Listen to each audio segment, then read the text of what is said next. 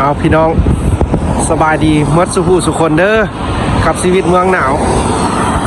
กับบ้านเพิ่นพี่น้องเลยมื้อนี้เขาสิมาถ่ายรีวิว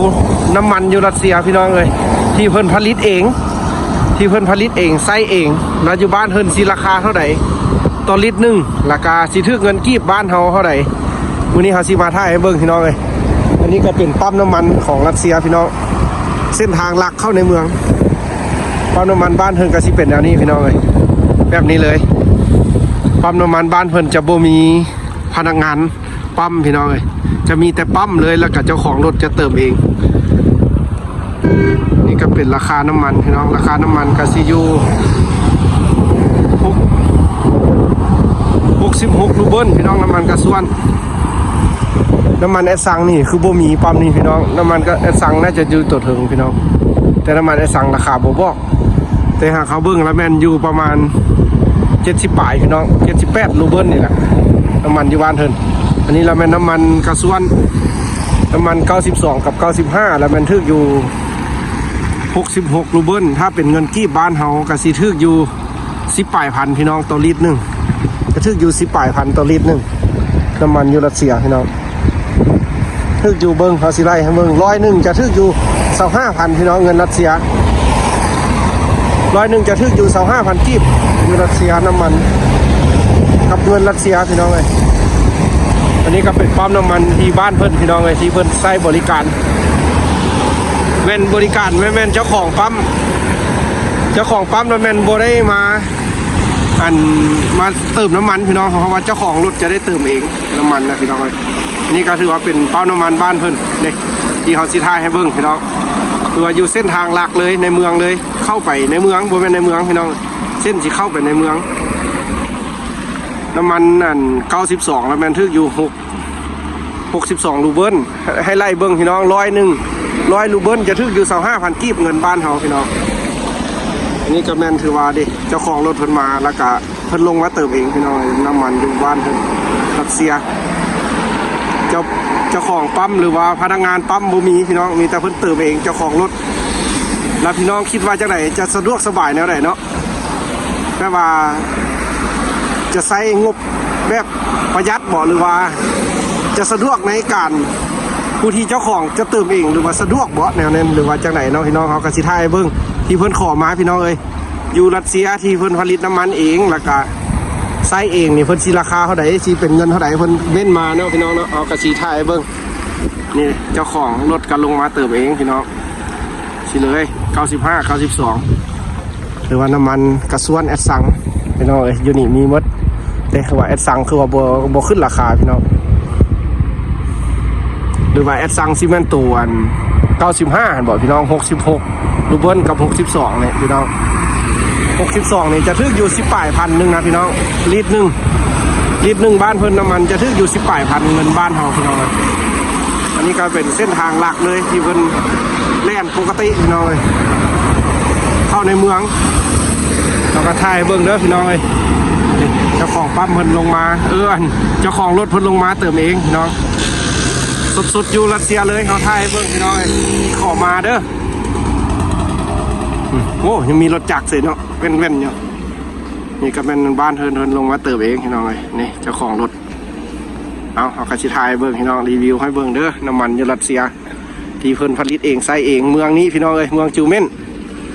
ประเทศรัสเซียนี่พี่น้องเลยนี่เพื่อบรรยากาศก็เป็นจังซี่เลยพี่น้องเลยสองฝากทางหรือว่าอากาศกันหนาวพี่น้องเลยตัวหนาวปกติกับชีวิตเมืองหนาวอะไรพี่น้องสมว่าเมืองหนาวแท้รัสเซียเป็นจะเติมเองรถเจ้าของรถ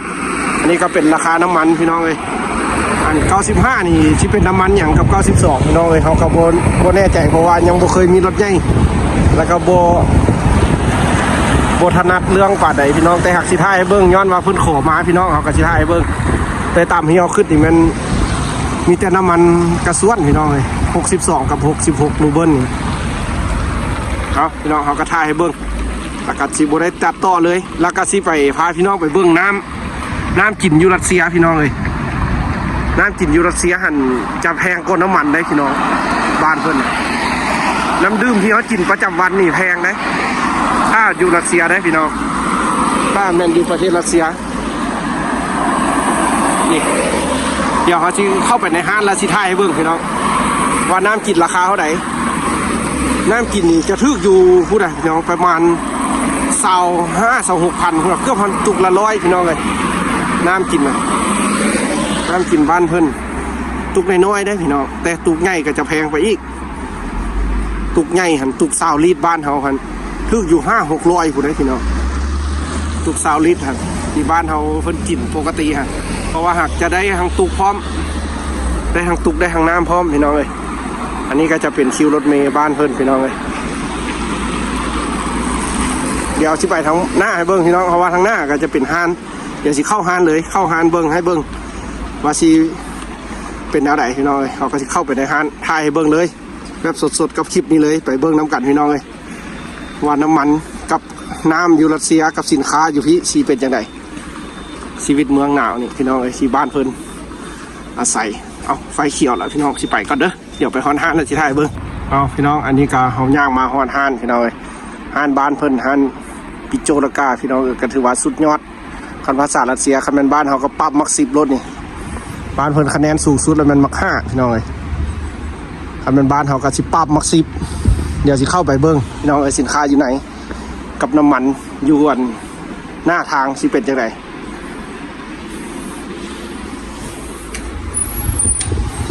อันใหญ่เลยพี่น้อง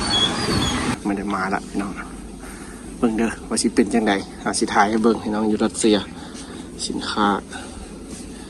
กับน้ำมันอยู่บ้านเพิ่นมีไข่ก็จะทึกอยู่63 รูเบิลอันนี้ก็นี่ไข่จะทึกอยู่54ถือว่าทึกก่อนน้ำมันพี่น้องเลยไข่12 หน่วยเบิ่งอันอื่นนี่ได้เห็นละน้ำนะนี่เขาก็สิซื้อเอาเข้าเด้พอดีสิถ่ายให้พี่น้องเบิ่งกันแล้วจากสิเลาะซื้อเอาเครื่องถือว่าเป็นห้านที่แบบนั่นเลยเด็กพี่น้องน้ำบานเพิ่นพี่น้องเลยกูละตุกเขาได้นี่พี่น้องเลยเกือบ1,200พี่น้องคือว่าน้ำมันน้ำตุกเดียวนี่จะทึกน้ำมันอยู่เป็น3 ลิตรผัวพี่น้องนี่น้ำกินอยู่รัสเซียถือว่าแพงสมควรพี่น้องเลยนี่ถือว่าเป็นน้ำกินบานเพิ่นเด้อพี่น้องเลยนี่ที่เขาถ่ายให้เบิ่งนี่แต่ละอันถือว่าเป็นน้ำที่เกรดดีพี่น้องตัวนี้นะนี่ตกน้อยมากระสีหลุดไปหน่อยนึง114ก็พอดีได้อันน้ำตัวนี้ก็พอดีได้น้ำมัน2 ลิตรพี่น้องเลยน้ำตกน้อยๆนี้เอานี่กระสีถ่ายให้เบิ่งพี่น้องเด้อนี่น้ำกินอยู่รัสเซียกับน้ำมันพี่น้องเลยที่เพิ่นขอมาเขาก็สิถ่ายให้เบิ่งจัดให้เบิ่งขอบใจพี่น้องที่ขอมาเด้อคอมเมนต์เบิ่งเลาะซื้อเข้าเอากระสิถ่ายเบิ่งเด้อตามที่ขอมาพี่น้องเลยสิเลาะซื้อเข้าขอบใจหลายๆที่เม้นขอมาอยากเห็นอย่างเขากระสิถ่ายเบิ่งตามความสามารถที่ซอกหาถ่ายให้ได้ถ่ายให้เบิ่งได้นี่ก็เป็นห้านสินค้าได้เห็นเข้าแล้วห้านสินค้าบ้านเพิ่นเบิ่งเอาเข้าพี่น้องโคตรแหงพี่น้องถือกดบ้านเขากูจักเข้ากันเลยนี่35 รูเบิลแต่เข้าบ้านเพิ่นแพงได้พี่น้องนี่เข้าดำที่เขาบูจินหาทัดแพงข้าวเจ้าธรรมดากับซาบโบแพงนี่เข้านั้นนี่แพงพี่น้องเข้าอันถือว่าเขาจินเขาถือว่าพวกมันเข้าที่เกรดดีนี่อันนี้ก็จะเป็นข้าวบาเล่ว่าเข้าอย่างพี่น้องอันนี้บ่เคยเห็นจะเป็นอะไรเนาะอันนี้เนาะราคานะเป็นข้าวบาเล่บ้านเท่านั้นพี่น้องถ่ายเบิ่งพี่น้องเด้อนี่ข้าวดำๆเมื่อวานเมื่อซื้อเราไปกินอยู่ร้านอาหารจานนึงก็เป็นพันได้พี่น้องก็เราไปเอ็ดกินอันนี้กระทึก84 รูเบิลข้าวดำข้าวบาเล่ตัวได้ข้าว3 ถุงพี่น้องเลยซื้อเอาแต่ข้าวซักแล้วไม่อยากจะไปซื้อเอาอยู่หม้อเฮือนท่านพี่น้องเลยเอาไปย่างมาพี่เอาไก่เติบพี่น้องมาถ่ายเบิ่งอยู่ปั๊มพี่สำหรับน้ำมันอยู่รัสเซียพี่น้องที่ขอมาเขาก็ถ่ายเบิ่งแล้วก็ชีวิตเมืองหนาวพี่น้องเลยก็เป็นจังซี่พักบ้านหนาวอีหลีพี่น้องเลยแต่ค่าน้ำมันนี่ทึกได้ถ้าเทียบบ้านเขามันบอกพี่น้องบ้านเขาเป็นลิตรนึง30,000กว่ามัน30 ป่ายมูจัก อยู่บ้านเพิ่นก็ถึกแต่10ปลายพันถึกอยู่เท่าไหร่60